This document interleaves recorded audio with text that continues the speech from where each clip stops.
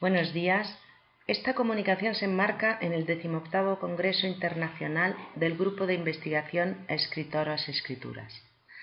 Antes de empezar, me gustaría agradecer primero al equipo organizador la oportunidad de hacer esta presentación. En esta comunicación me voy a centrar sobre una escritora francesa del XIX, conocida con el sobrenombre de la musa armoricana, para entender su insatisfacción presente en su producción poética. Partiendo del éxito de sus comienzos literarios, analizaré las circunstancias adversas que culminarían con su muerte prematura a la edad de 25 años. La figura de Elisa Mercœur se sitúa en la frontera entre el éxito y el fracaso, entre la penuria y la abundancia, la vida y la muerte. El propio origen de su apellido da cuenta de las circunstancias adversas en las que vino al mundo. Fue abandonada al nacer en el Hospicio de los Niños Encontrados, es decir, en el orfanato. El comisario de policía asignado le dio el apellido de Mercœur, ya que su madre solo había indicado en una nota que la niña se llamaba Elisa y que había nacido el 24 de junio de 1809. 2 años después, en 1811, la madre la recogió del orfanato y desde aquel momento vivirían juntas. Estas circunstancias, es decir, el hecho de que Elisa fuera hija natural de Adélaïde Aumont y que se hubiera criado en un orfanato durante los 2 primeros años de su vida, no se menciona en las memorias que redactaría su madre tras la muerte de su hija, cuando ésta ya había alcanzado la celebridad. De hecho, Adelaida firma estas memorias sobre su hija con el nombre de viuda Mercœur. Ya en su tiempo, varios críticos dejaron constancia de la falsedad que suponía la usurpación de este apellido por parte de Adelaida, que ni era viuda, ni estuvo casada, ni se apellidaba en consecuencia Mercœur. El hecho es que Adelaida incluyó las memorias en la edición de las obras completas de su hija, que publicó en 3 volúmenes en 1843, es decir, 8 años después de la muerte de Elisa. En cualquier caso, las memorias aportan datos de interés para entender los avatares existenciales de la joven, aunque se expongan de manera edulcorada y con una clara voluntad de demostrar un estatus vital que no tenía. Las dificultades económicas de la madre son las que obligarían a Elisa a ponerse a trabajar desde los 12 años, dando clases a otras jóvenes, a menudo mayores que ella.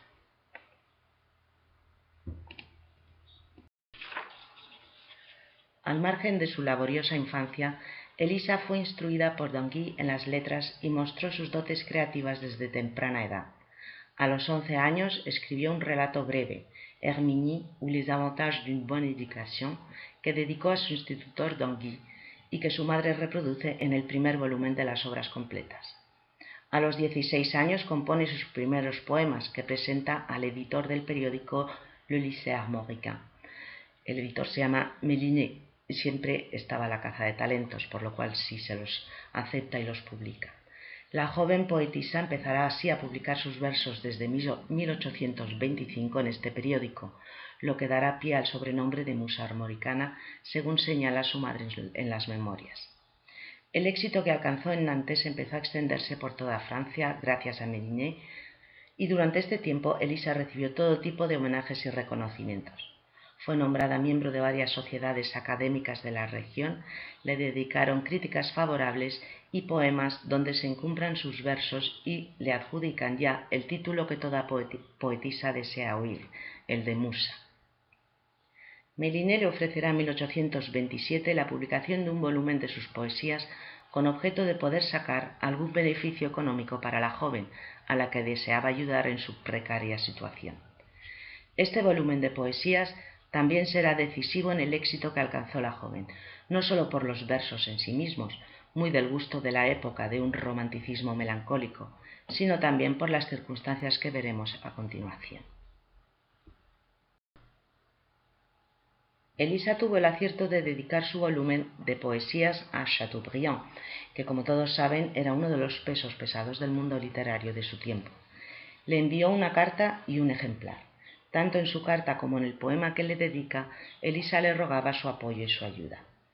He reproducido en esta diapositiva extractos del poema, por lo que solo citaré ahora un párrafo significativo de la carta que le envió y que dice así: Sin fortuna, sin consejos, lejos del mundo del que mi pobreza me exilia, lejos de los modelos que tanto necesito, he pensado, Señor, que olvidando el intervalo que existe entre nosotros, os dignaríais inclinaros hacia mí y ayudarme tendiéndome una mano tutelar. Esta carta de Elisa está reproducida en las obras completas reunidas y publicadas por su madre. También se recoge en el mismo volumen la respuesta de Chateaubriand, que veremos a continuación. En su respuesta, Chateaubriand le confirma su talento poético y le augura la celebridad, pero no le ofrece la ayuda tutelar que la joven le pedía. En cualquier caso, la respuesta de Chateaubriand tendría una gran repercusión en la extensión de la notoriedad que alcanzó Elisa en toda Francia, ya que Méliné la publicó en su periódico, tal y como venía haciendo con todas las críticas favorables que había recibido la joven, incluso el supuesto comentario que le habría dirigido Lamartine tras leer sus versos, y que es el siguiente: Je prévois que cette petite fille nous effacera tous tant que nous sommes. Al recibir la aprobación por parte de la crítica, el apoyo económico no se hizo esperar. Numerosos benefactores se encargaron de ello, como la Duchesse de Berry, la Rochefoucauld o como el propio ministro Martignac, que prometió gestionarle una pensión. Todas estas circunstancias favorables son las que llevaron a Hippolyte Lucas a afirmar en su libro Portraits et souvenirs littéraires de 1890 que aucun poète à ses débuts ne se vit plus heureusement encouragé que la jeune Elisa Mercœur. Son varias las razones que empujaron a la joven a mudarse a París, a pesar de que la habían prevenido sobre la dificultad de alcanzar la gloria en la capital en el mundo de las letras. En sus memorias, su madre expone las razones que la habrían llevado a tomar su decisión. En casa, un intruso les roba todos los ahorros que habían ido acumulando y las dos mujeres quedan arruinadas. Por otra parte, el viejo institutor, Tanguy, se empeña en desposarla, cosa que horroriza a la joven.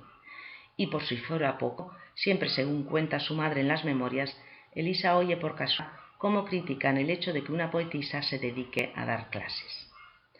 Por nuestra parte, no nos cabe duda de que, además de estas razones aducidas en las memorias, el deseo de alcanzar la ansiada gloria pesaría también en la decisión de Elisa de abandonar la provincia e instalarse en la capital, como se pone de manifiesto en el hecho de que es precisamente en este momento cuando compone su célebre poema La Gloria, que envía, como no podía ser de otra manera, a Chateaubriand, entre otros. El hecho es que en 1828 se muda a París junto a su madre. En un primer momento será bien recibida en los círculos literarios de la capital, que sin embargo pronto la irá abandonando. Es entonces cuando la joven tendrá que dedicarse a la prosa para sobrevivir, pues al ser destituido Martignac perderá la pensión que le había prometido, como perderá también años después la que le prometió Carlos X al perder el trono en la Revolución de 1830. En todo caso, en su primer año de estancia en la capital, cuando aún las cosas no habían empezado a torcerse del todo, es cuando la joven Elisa, con solo 20 años, decide poner fin a su existencia abriendo la cocina de carbón. La salva in extremis su madre, que vuelve inopinadamente a casa para encontrar a Elisa desvanecida. La explicación de este hecho, que reprobaba la moral de la religión que ambas profesaban, la achaca al ambiente epocal en sus memorias. He reproducido el extracto de las memorias donde la madre responsabiliza a la publicidad que los periódicos otorgaban a los suicidios para justificar el suicidio o el intento de suicidio de su hija. Pero la madre también lo achaca a la idea de inmortalizar el nombre de la hija, es decir, al deseo de su hija de alcanzar la gloria y la celebridad. Ciertamente se trataba del mal du siècle. No hay que olvidar que, tras la publicación en 1774 del Werther de Goethe, se sucedió en toda Europa una ola de suicidios por amor. Por esto mismo, no es descabellado pensar, como propuso Gaston Martin en 1930, que también pudiera haber contribuido alguna pena amorosa para cometer el suicidio, el intento de suicidio, como dejan entender algunos versos en los que se alude a un amor frustrado.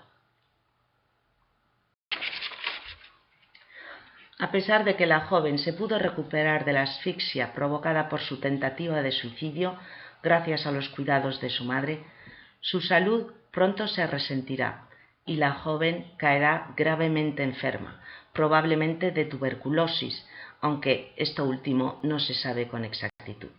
El hecho es que los médicos le aconsejan que se mude al campo. Dada la situación precaria en la que se encontraba y los gastos que suponían instalarse en el campo, Elisa envía angustiosas cartas rogando ayuda económica. La obtendrá de algunos de sus benefactores, como Guizot, Madame Récamier y Victor Hugo, entre otros. Pero antes de caer enferma, es decir, 6 meses después de su intento de suicidio, Elisa había concluido su tragedia Boabdil. La había leído en el teatro francés ante el elenco de actores que la aprobó por unanimidad. El golpe final lo recibió del barón Taylor, que se negó a representar la obra. Este rechazo causó una pena tan grande a la joven que un día antes de morir, después de 13 meses de enfermedad, aseguró que esta había sido la causa de su muerte. Y es el extracto que he puesto en esta diapositiva, sacado de las memorias.